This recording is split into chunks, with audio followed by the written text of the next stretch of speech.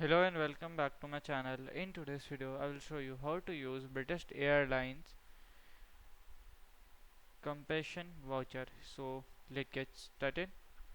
So to use that we will follow some steps. Okay, so basically we will just open here compassion voucher. Okay, at British Airlines, so you will get on your credit cards like this. Okay, in your American Express, your British Airlines credit card like this. Okay, so here, so travel with the compassion, you have the options to here like this. 24 months validity is 24 20 12 months. Here Euro travels, world travelers club, world club.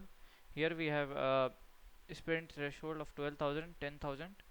Do not have a British challenge, you can just apply now for their credit card. Okay, so to use that, you if you have already have a companion voucher, you have to first of all log in your British Airlines exclusive club account. Then you have to book, and then you have to select your voucher, and that's it. You can use from there.